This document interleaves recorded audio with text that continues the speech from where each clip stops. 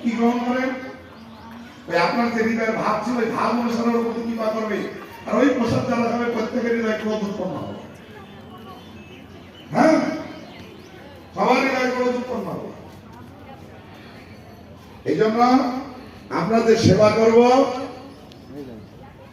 সেবা করার সময় আমার হৃদয়ের ভাবটা কিরকম, অনুকূল ভাব প্রতিকূল ভাব বুঝতে পেরেছেন? হরে কৃষ্ণ, হরে কৃষ্ণ, জোরে বলুন। অনুকূল ভাব আর প্রতিকূল ভাব বুঝতে পেরেছেন? হ্যাঁ কি না? সেই জন্য ভগবানের সেবা করার সময় আমাদের ভাবটা কিরকম, এটা আমাদের বিচার্য বিষয়।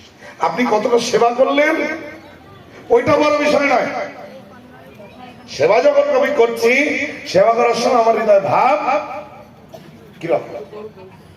আরে কৃষ্ণ দেখেছেন, আপনার সামনে যদি এখন একটা থালাতে অন্ন, ডাল, সবজি সাজিয়ে নিয়ে দিই, 10 মিনিট 15 মিনিট পরে যদি আবার আসি, থাল ফাঁকা না ভর্তি থাকবে? এই যে ঘন্টা বাজিয়ে কৃষ্ণকে দিচ্ছেন, তারপরে 1-2 মালা জপ করবেন, বাইরে এসে আবার প্রণাম করে ভক্তি করে আবার ভেতরে ঢুকবেন, ঘন্টা বাজিয়ে আবার ভগবানকে ক্রিয়াকর্ম করে শঙ্খ বাজিয়ে পর্দা করবেন, থালাটা ভর্তি না ফাঁকা? খেলো কোথায়?